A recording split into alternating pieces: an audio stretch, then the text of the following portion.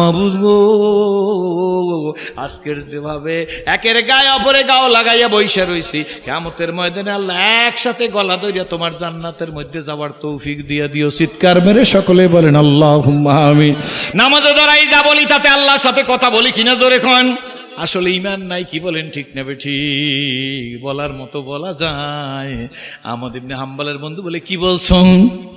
কয়, আমার যেদিন লুঙ্গি খুইলা ফেলাবার ঘোষণা দিছেন, মাঠের মধ্যে লুঙ্গি খোলা ফেলার জন্য লুঙ্গিতে টান দিছেন, আমি আহমদ ইবনে হাম্বল আকাশের দিক তাকাই বলছি, আল্লাহ এতদিন আমারে ঘোড়ার চাবুক দিয়া 10টা করিয়া বেত্রাঘাত করছে, তুমি কি দেখো নাই? আমার মাথায় বাড়ি দিছে, মাথা দিয়া সিরসির করিয়া রক্ত পড়ছে, পিঠের মধ্যে বাড়ি দিছে, বেতের মতো দাগ হয়ে রইছে, হাতের মধ্যে বাড়ি দিছে, আল্লাহ লাল দাগ হইয়া মোটা হইয়া রইছে, হাতের আঙ্গুল ভেঙে গেছে। আমি আহমদ ইবনে হাম্বল তোমারে কিছু বলছিনি? কও আল্লাহ। আল্লাহ আমি তো তোমারে কিছু বলি নাই, কিন্তু আমি আহমদ ইবনে হাম্বলের কে ল্যাংটা করবে আল্লাহ, এটা কিন্তু বরদাস্ত করা যায় না। সে কারা? আর জুয়ে দিগারাস্ত বুলবুলারা গুফতেগুয়ে দিগারাস্ত, ই জমিরান আসমানে দিগারাস্ত, হারগোলেরা রঙ্গ বুয়ে দিগারাস্ত। আল্লাহর এক এক পাগলের হালত এক এক রকম। রশিদা হযরত ইমামে আবু হানিফা রাহমাতুল্লাহ আলাইহি হযরত বেলালের বরাত দিয়া বেলালের মাধ্যমে শুনছে, হযরত বেলাল রাদিয়াল্লাহু তাআলা আনহুর বর্ণনায় শুনছে, আল্লাহর নবী কাবা ঘরের মধ্যে ঢুইকা 2 রাকাত নামাজ পড়ছে। আল্লাহর নবী কাবা ঘরের মধ্যে ঢুইকা 2 রাকাত নামাজ পড়ে আল্লাহর কাছে মোনাজাত করছে।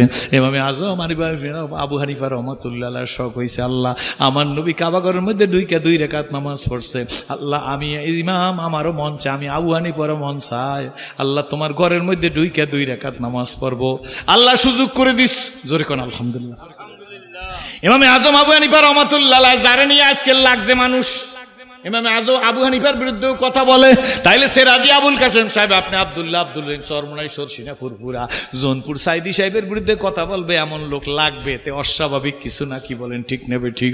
ইমামে আজম আবু হানিফা রাহমাতুল্লাহ আলাইহি আল্লাহ তকদির নসিব করছে, ইমামে আজম আবু হানিফা রাহমাতুল্লাহ আলাইহি কাবা ঘরের মধ্যে ঢুকছে, কাবা ঘরের মধ্যে ঢুইকা 2 রাকাত নামাজের নিয়াত করিয়া তাকবীরে তাহরিমা বানছে। তাকবীরে তাহরিমা কিন্তু হাত বাঁধার নাম না, তাকবীরে তাহরিমা মুখে আল্লাহু আকবার বলার না।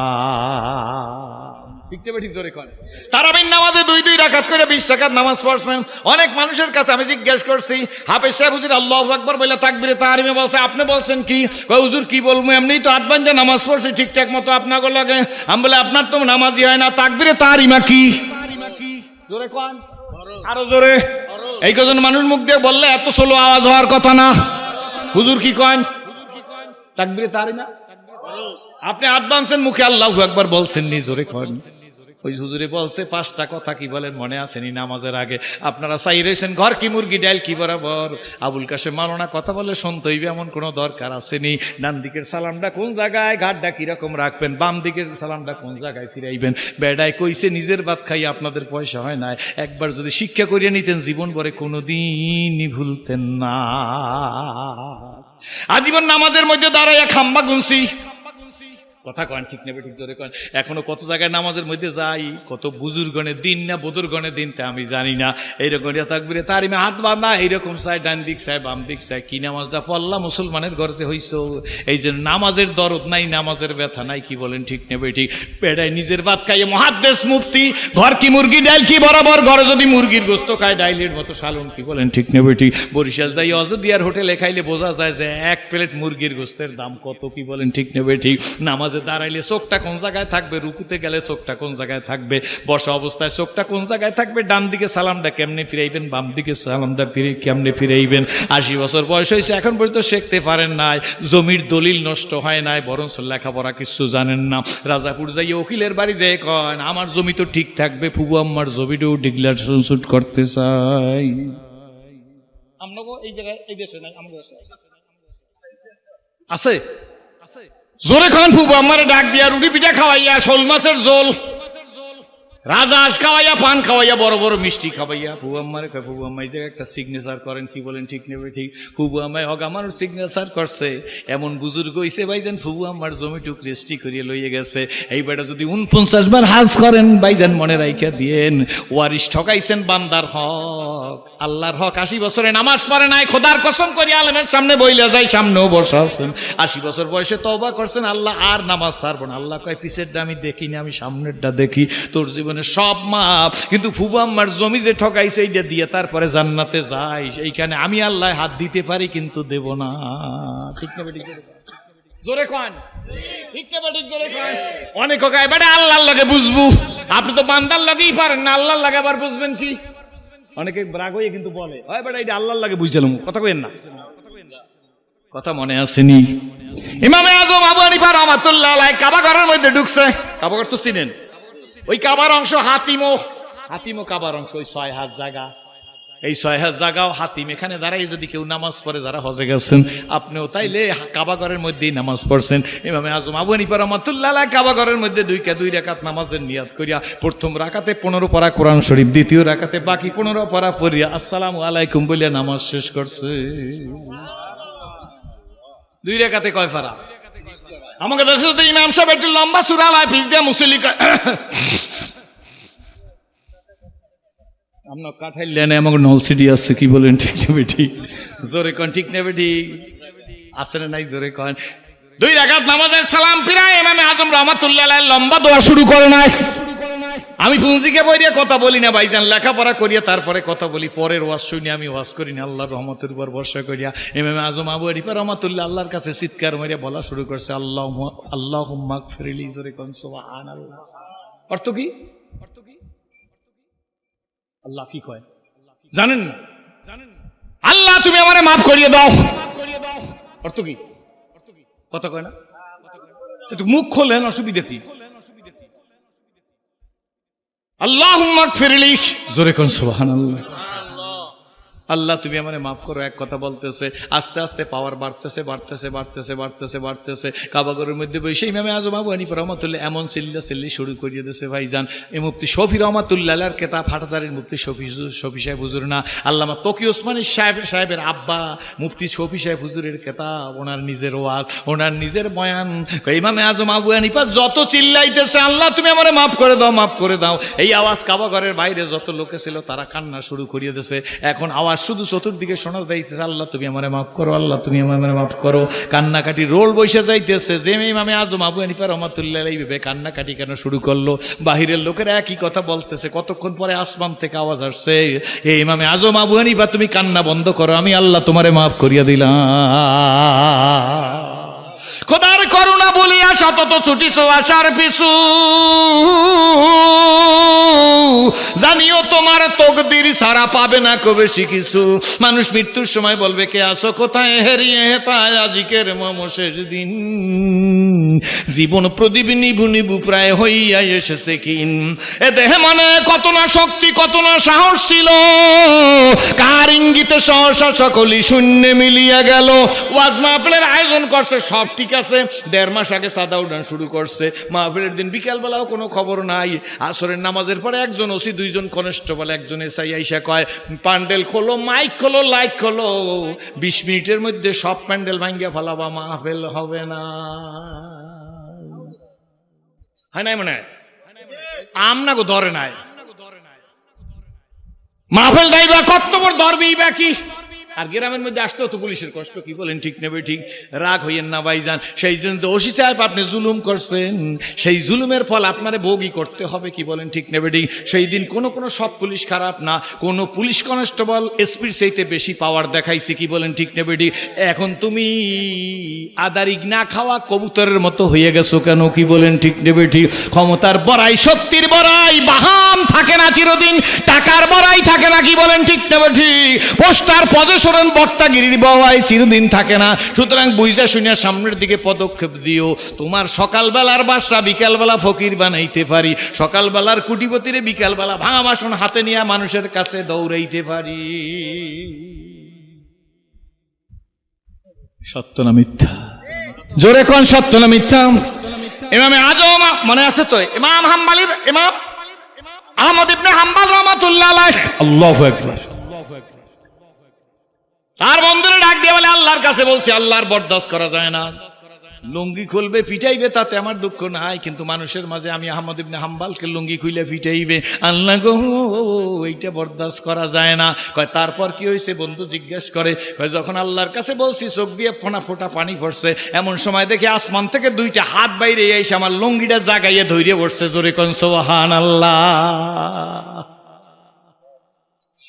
এই আহমদ ইবনে হাম্বাল জেল থেকে মুক্তি পাওয়ার পরে আহমদ ইবনে হাম্বাল হইল বাগদাদ ইরাকে। আল্লাহু আকবার। তার ওস্তাদ ইমাম শাফি রহমাতুল্লাহ আলাইহি হইল মিশরে। সুবহানাল্লাহ।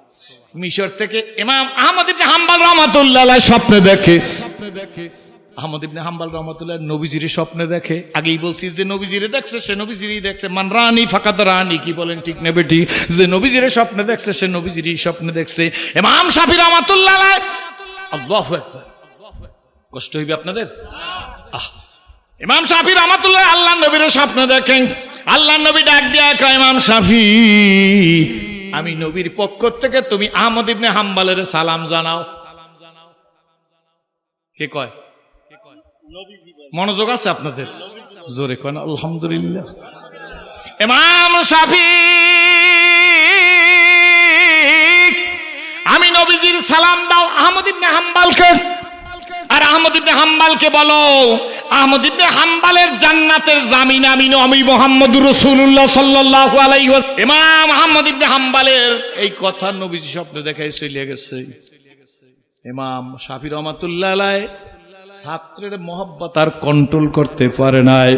তখন মোবাইলের যুগ না, চিঠি লেখছেন। চিঠি আইসা পড়ছে ইমাম আহমদ ইবনে হাম্বালের কাছে। ইমাম শাফি রহমাতুল্লাহ আলাইহি বলেন, চিঠি লেখা দিছে, আহমদ ইবনে হাম্বাল আমার একটু তোমাকে দেখতে ইচ্ছা করে। ইমাম আহমদ ইবনে হাম্বাল চিঠি পাওয়ার সঙ্গে সঙ্গে পাগল হয়ে গেছে, উস্তাদ ডাকবে। ভাই আজকাল তো বাপের সাথেও ছেলের মহব্বত নাই, ওস্তাদের সাথে ছাত্রের মহব্বত তো দূরের কথা। ঠিক নেবে ঠিক? জোরে কোন। ইমাম আহমদ ইবনে হাম্বাল পাগলের মতো হয়ে গেছে, সুইটে গেছে। উনি মিশরে পৌঁছার আগে তৎকালীন মিশরের গভর্নরের সাথে ইমাম শাফি রহমাতুল্লাহ আলাইহির বন্ধুত্ব ছিল। মিশরের গভর্নরকে ইমাম শাফি রহমাতুল্লাহ আলাইহি বলছে, আমার ছাত্র আহমদ ইবনে হাম্বাল আমার দেশে আসতেছে। মিশরের গভর্নর আহমদ ইবনে হাম্বালকে রাজকীয় মর্যাদায় অভ্যর্থনা দেওয়ার জন্য ব্যবস্থা করছেন। রাজকীয় বালাখানায় খানা দানার ব্যবস্থা করছেন। ইমাম আহমদ ইবনে হাম্বাল রাজকীয় মারহাবা তাকে ঠিকই দিছে, রাজকীয় অভ্যর্থনা দিছে, কিন্তু রাজপ্রাসাদে যাই ওঠে নাই। তিনি চুপ করিয়া ইমাম শাফি রহমাতুল্লাহ আলাইহির ভাঙা ঘরের মধ্যে ঢুকে গেছে। জোরে কোন সুবহানাল্লাহ। ইমাম শাফি রহমাতুল্লাহ আলাইহি তার মেয়েদের বলে, আমার ছাত্র, আমার শিক্ষক, বড় ওলি, বড় মুহাদ্দিস, বড় মুফতি, বড় মাযহাবের ইমাম, বলো আমার মায়েরা, আমার ছাত্রের জন্য তোমরা খানা তৈরি করো, মজাদার খানা তৈরি করো, যা দরকার ব্যবস্থা করো। মেয়েরা খানার ব্যবস্থা করছে। মনোযোগ আছে আপনাদের? সম্পূর্ণ ব্যবস্থা করে দিয়েছে সুন্দর করিয়া।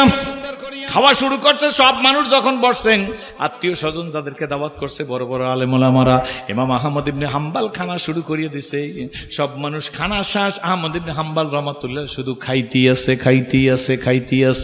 এত পরিমাণ খাইতে আছে। ইমাম শাফি রহমাতুল্লাহ আলাইহি নিজের ছাত্র আহমদ ইবনে হাম্বালের দিকে তাকাইয়া আছে। নিজের মেয়েরা দূর থেকে দেখছে এই ঘটনা। খাওয়া দাওয়া যখন শেষ হয়ে গেছে, বাপেরে ডাক দিয়া কয়, ইমাম শাফি রহমাতুল্লাহ আলাইহিকে ডাক দিয়া কয়, আব্বা আপনি বলছেন বড় মুহাদ্দিস, বড় মুফতি, বড় বড় শাইখুল হাদিস, আব্বা ভালো আলেম, বড় আলেম, বুজুর্গণের দিনে ডাকি, এত পরিমাণ খায় নাকি? ইমাম শাফি রহমাতুল্লাহ আলাইহি বলে, মাগো তোমরা মন্তব্য করিও না। এক হইল আমার ছাত্র, দ্বিতীয় হইল আমার মেহমান। আমিও দেখছি বেশি খাইছে, অসম্ভব খাইছে। ব্যাপার কি? ইমাম আহমদ ইবনে হাম্বাল তো এইরকম খাওয়ার লোক না। অপেক্ষা করো দেখি কি হয়। রাত্র আসতেছে। রাত্রবেলার যৎকিঞ্চিত খানা খাইছে।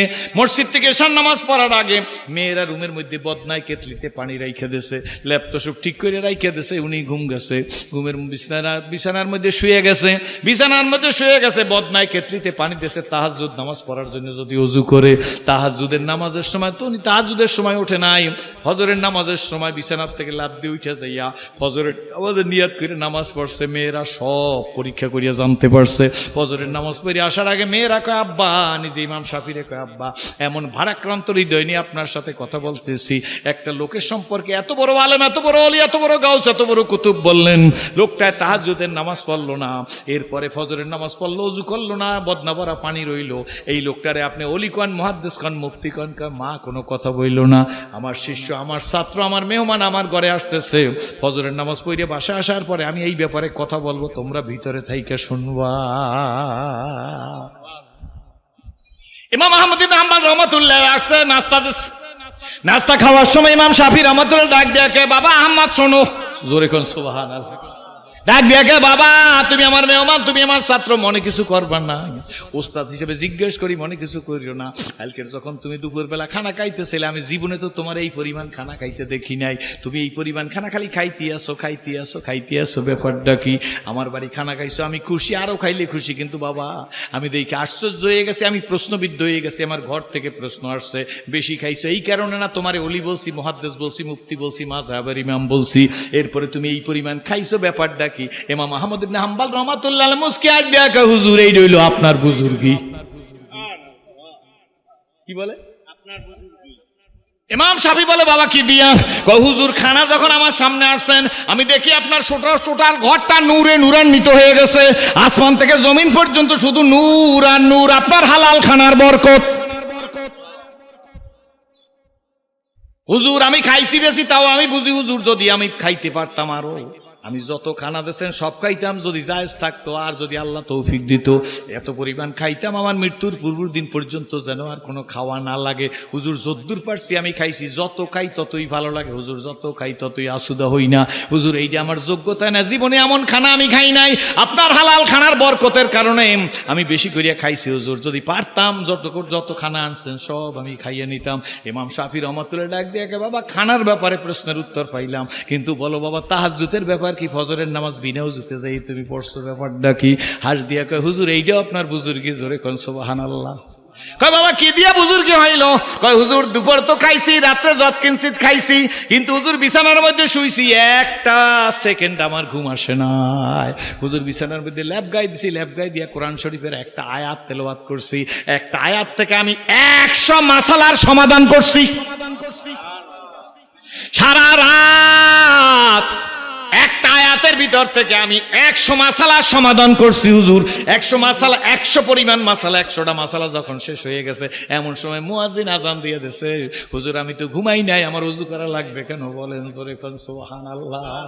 ইমাম আহমদ ইবনে হাম্বলের দিকে তাকাইয়া ইমাম শাফি মাথাটারে বুকের সাথে লাগাইয়া কপালটার মধ্যে একটা চুমা দিয়া ডাক দিয়া কয়, বাবা আমি খুশি হয়ে গেছি, আমার মতো লোকের রুহানি সন্তান ইমাম আহমদ ইবনে হাম্বল, আমার ভাইরা তাল দক্ষিণ তাল গাইছের বন্ধুরা, ভাইরাম, এই ইমাম আহমদ ইবনে হাম্বলের ইন্তেকালের পরে তখন মানুষের যোগাযোগ ব্যবস্থা, রিক্সা ছিল না, গাড়ি ছিল না, সাইকেল ছিল না, মোটর সাইকেল ছিল না, লঞ্চ ছিল না, জাহাজ ছিল না, তখনকার দিনের সেই ব্যবস্থা। কিন্তু আহমদ ইবনে হাম্বল রাহমাতুল্লাহর ইন্তেকালের পরে তার জানাজায় 3 লক্ষ লোকের সমাগম হয়েছে। হুজুররা বসা আছে, একটু যাই না দেখেন, 3 লক্ষ লোক ইমাম আহমদ ইবনে হাম্বলের জানাজায়। আল্লাহু আকবার। উনার জানাজার অবস্থা দেখেন, এলাকার মধ্যে 20,000 অমুসলিম ইসলাম কবুল করছে ওনার জানাজার মাঠের মধ্যে। ইমাম আহমদ ইবনে হাম্বলের লোক জানাজায় 3 লক্ষ লোকের উপস্থিত দেখা ওই যুগের 20,000, কয় হাজার জোরে কন, আমার কথা না, আল্লামা তকি ওসমানী রহমাতুল্লাহ তার কিতাবের মধ্যে লেখছে 20,000 অমুসলিম ইসলাম কবুল করছে এই বুজুর্গি দেখা। বন্ধু এই কোরআনের জন্য যদি জীবনটাকে করতে পারি, আল্লাহ পাক রব্বুল আলামিন জিরো মানুষ হইলে আল্লাহ তার হিরো বানাইয়া দিবে। চিৎকার মেরে বলেন আলহামদুলিল্লাহ। খুশি না বেজার? জোরে বলেন আলহামদুলিল্লাহ। কিন্তু কই মুখে বলি কোরআনকে মহব্বত করি, কিন্তু কই মহব্বত তো করতে পারি নাই। নিজের ব্যক্তিগত জীবন, নিজের পারিবারিক জীবন, নিজের সামাজিক জীবন, নিজের রাজনৈতিক জীবন, নিজের অর্থনৈতিক জীবন, এক কথায় ভাইজান কোনো দলাদলি করবেন না। আগেই শুরুতে বলছি ওয়াজ সকলের জানা, বাকি শুধু মানতে পারি না, হিম্মতের অভাবে হিম্মত খুয়াইছি দলাদলির কারণে। কি বলেন ঠিক না ঠিক? আমি আপনাদের কাছে জিজ্ঞেস করি, আপনাদের এলাকায় কোনো আওয়ামী লীগের লোক মারা গেছে, ওই লোকটার কবরের উপর নৌকা মাত্রার ছবি দিয়ে রাখছে নাকি? জোরে বলতে হবে। কোন বিএনপির লোক মারা গেছে, তার কবরের উপর ধানের ছড়া টানাই রাখছে নাকি? কন্যা হুজুর আপনার এলাকায় রাখছে নাকি? জোরে কন। কোন শাসনতন্ত্রের লোক মারা গেলে তার কবরের উপর পাখা মার্কা দিয়ে রাখছে নাকি? জোরে কন। কোন জাতীয় পার্টির লোক মারা গেলে ভাইজান কন আপনারা তার কবরের উপর নাঙ্গল দিয়ে রাখেন নাকি? জোরে কন। রাশেদ খান মেননের পার্টি কাশি মার্কা হাতুড়ি মার্কা, ওনরা মারা গেলে কাশি আর হাতুড়ি দিয়ে রাখে নাকি? জোরে কন। সুতরাং ভাইগো আমার কথা ভালো করে শোনেন, অল্প সময়ের মধ্যে শেষ করব। ভাইজান কবরের উপর যখন মার্কা নাই, কবরের নিচেও কিন্তু মার্কা থাকবে না, কি বলেন ঠিক নেই বেঠি? কবরের উপরে মার্কার চিন্তা করবে না, কাঠ টুপি কেমন, কাঠ টুপি গোল কাড্ডা পাঁচতালি কে জোরে কে আসতে। আমরা জিকির আজকার করবো নিজের পীর মুর্শিদের পরামর্শ অনুযায়ী। যার পীর জোরে জিকির করতে করছে জোরে করবেন, আস্তে করতে করতে বলছে আস্তে করবেন, লতিবাই করতে বলছে লতিবাই করবেন, যেইভাবে করতে বলছে সেইভাবে করবেন, কিন্তু অন্যায়ের প্রতিবাদ করবেন মুরিরি মোয়ার মতো একত্রিত হইয়া। কারা রাজি আছেন হাত জাগান, জোরে করেন আল্লাহুম্মা আমিন। কথা বুঝাইতে পারিনি মনে। যে পীর যে ঔষধ দিয়েছে সেই হক্কানি পীরের পরামর্শ অনুযায়ী চলবেন। এখানে আর একটা কথা বলে রাখি, ওলামা একরাম আমার সামনে আছেন, কারোরে কাফের, কারোরে মুনাফিক, কারোরে বেঈমান বলবেন না, কথায় কথায় ফতুয়া দেবেন না। বুঝেন নাই মনে হয় কথা? কি বলবেন? অত সস্তা কাফের মুশরিক বেঈমান বলবেন না। আপনারা যাদেরকে বেদায়েতি বেশরিয়তি বলেন, আট্রসি চন্দ্রপুরী সুরেশ্বরী মাইজভান্ডারি বলেন, কি বলেন ঠিক নেবে ঠিক, এই মানুষগুলোরে আপনার মতো মানুষের মুখ দিয়া কাফের মুশরিক বেঈমান বলবেন না। ভাইজান এক সেকেন্ডের মধ্যে যদি হেদায়েত দান করে আল্লাহ পাক রব্বুল আলামিন। আমরা আব্দুল্লাহ উন্দুলুসির ঘটনা কিন্তু জানি, কি বলেন সত্য না মিথ্যা? আপনি যারা বেদায়েতি বেশরিয়তি কাফের মুশরিক বলতেছেন, এইটা আপনার কাজ না, এটা বড় বড় আলেম ওলামারা ফতুয়া দেবে, আপনি ফিতনা বাজাইবেন না। ওই মানুষটারে ঘৃণা করবেন না, কাজটারে ঘৃণা করেন, মানুষটারে ঘৃণা করা হারাম। কাজটারে ঘৃণা করা হালাল, মানুষটারে ঘৃণা করা হারাম, কি বলেন ঠিক না ঠিক? এই কাজটা পরিবর্তন কর যদি এক সেকেন্ডের মধ্যে করিয়ে কলেমা বিশুদ্ধভাবে পড়ি আল্লাহর কাছে আত্মসমর্পণ করে। সিরাজুল ইসলাম সিরাজি তুমি বয়ান করো, তোমার চাইতে বড় মুসলমান ওই লোকটা হয়ে যাবে। চোখের পানি নাকের ডগায় আসার আগে আল্লাহ তার জন্য জাহান্নামের আগুন হারাম করে দিবে। ইমাম আযম আবু হানিফা রাহমাতুল্লাহ আলাইহি কাবা ঘরে বসে একটা কথাই বলছো, আল্লাহ তুমি আমারে মাফ করিয়ে দাও। আম্মা জান আয়েশা সিদ্দিকাকে আল্লাহ রাসূল ডাক দিয়ে বলেন ইন্তেকালের সময়, আম্মা জান আয়েশা সিদ্দিকা বলে আল্লাহ রসুলের থুতি আমার বুক, আল্লাহ রসুলের মাথাটা আমার থুতির সাথে লাগানো, আল্লাহ রসুলের চোখ দিয়ে পানি পড়তেছে। এমন সময় আল্লাহ নবী আমার ডাক দিয়া আয়েশা গো তুমি আমার কাছে কি চাও, বলো কি চাও, টাকা চাও, পয়সা চাও, সম্পদ চাও, কি চাও? আম্মা জান আয়েশা সিদ্দিকা চোখের পানি ছেড়ে দিয়ে বলে আমার আদরের স্বামী রহমতের রসুলের কাছে আমি একটা কথাই বলছি, আল্লাহ রসুল আমি আপনার কাছে টাকা বাড়ি সম্পদ কিছুই চাই না, আপনি আমার জন্য দোয়া করেন আয়েশাকে যেন আল্লাহ মাফ করে দে। আম্মা জান আয়েশা সিদ্দিকা একদিন আল্লাহ রসুলের, আম্মা জান আয়েশা সিদ্দিকার রানের উপর আল্লাহ রসুল একদিন মাথা দিয়ে ঘুম গেছেন। কষ্ট হইবে অল্প কিছু সময়, আল্লাহ নবী ঘুম গেছেন, আল্লাহ নবী ঘুম গেছেন, আম্মা জান আয়েশা সিদ্দিকা আল্লাহ রসুলের চুল দাড়ি ধরে আদর করিয়ে দিতেছেন, আদর করিয়ে দিতেছেন। হঠাৎ করে আম্মা জান আয়েশা সিদ্দিকার 2 ফোঁটা চোখের পানি হুজুরের গালের উপর পড়ছে, নবীজির গালের উপর পড়ছে। আল্লাহ নবী চোখ খুলে দেখে আম্মা জান আয়েশা সিদ্দিকা কান্না করতেছে। আল্লাহ রসুল হাত দিয়ে ডাক দিয়া আয়েশা গো আমি তোমারে কোনো কষ্ট দিছিনি, তুমি যে এইভাবে কান্না করতেছো। আম্মা জান আয়েশা সিদ্দিকা ডাক দিয়ে বলি ইয়া রাসূলুল্লাহ ইয়া হাবিবাল্লাহ আপনি কি কষ্ট দেওয়ার নবী নাকি? আপনি তো আয়েশার জীবনে কষ্ট দেয়নি নাই। আল্লাহ রসুল আমি শুনছি খাদিজাতুল কুবরার সাথে আপনার 25 বছরের দাম্পত্য জীবন। রসুল গো এই 25 বছরের দাম্পত্য জীবনে আপনি দ্বিতীয় কোনো বিয়া করেন নাই। খাদিজাতুল কুবরার সাথে সম্পর্কে আমরা জানি, আল্লাহ রসুল আমরা ইতিহাস জানছি, নবী গো খাদিজাতুল কুবরার দিকে আপনি রক্ত চক্ষু করিয়া কোনোদিন তাকান নাই। অর্থাৎ আমাদের দেশে বলে রাগ হওয়া, আপনি খাদিজাতুল কুবরার দিকে কোনোদিন রক্ত চক্ষু করিয়া তাকান নাই। আমি আয়েশারে কষ্ট দেওয়ার তো কোনো প্রশ্নই আসে না। আল্লাহ নবী গালে হাত দিয়া কয় আয়েশা তাইলে তুমি কেন কান্দো? আম্মা জান আয়েশা সিদ্দিকা ডাক দিয়ে বলে আল্লাহ রসুল এ মায়েরা শোনো, এ বোনেরা শোনো, এ মেয়েরা শোনো, আমার মা নাই, তোমাদের মা ডাইকে গেলাম, আমার বোন নাই, তোমাদের বোনের মতো শ্রদ্ধা করিয়া গেলাম, আমার মেয়েও দে নাই, আল্লাহ আমি তোমাদের মেয়ের মতো বইলে গেলাম, মা গো আমি দেখিনি, আমাকে তোমরা দেখবা না, দেখলে কিন্তু গুণ হইবে, কি বলেন ঠিক নেবে ঠিক? আমার মা বোন মেয়েদের বলি, আম্মা জান আয়েশা সিদ্দিকা ডাক দিয়ে বলে আল্লাহ রসুল আপনি জীবনে কোনোদিন কষ্ট দেন নাই, আপনি কষ্ট দেওয়া নবী না, কিন্তু নবী গো বয়স তো আপনার বেশি হয় না, এত অল্প বয়সে আপনার চুল দাড়িগুলো সাদা হওয়া শুরু হয়ে গেল কেন? আল্লাহর নবী আপনার সাইবা এসে গেল কেন? আপনি বুড়ো হয়ে যাইতেছেন, ব্যাপার কি? এত অল্প বয়সে তো আপনার বুড়ো হওয়ার কথা না। সঙ্গে সঙ্গে আল্লাহর নবী আম্মা জান আয়েশা সিদ্দিকার রানের ধুয়েতে উঠে বসছে। আম্মা জান আয়েশা সিদ্দিকা বলে, আল্লাহ রসুলের দুই চোখ বেয়ে বেয়ে দর দর করিয়া পানি পড়তেছে। আল্লাহ রসুল ডাক দিয়ে বলে, আয়েশা, তায়েফের মায়ের খাই আমি বুড়া হই না, ইহুদের দাঁত ভাঙ্গে আমি বুড়া হই না। আয়েশা, গিরি সংকটে শিহাবে আবু তালেবে বন্দি থাইকে আমি বুড়া হই নাই। তাহলে বোঝা গেল নবীজিও জেল খাটছে। শিহাবে আবু তালেবে নবীজির বন্দি করে রাখছে কিনা?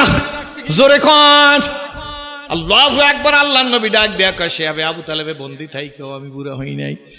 আয়েশা, তাইফে মায়ের খাইরি আমি বুড়া হই নাই, ওদের দাঁত ভেঙ্গে বুড়া হই নাই। আয়েশা গো, বরঞ্চ শোনো গো, কেন আমার চুল দাড়িগুলা পাইকে যাওয়া শুরু হইছে?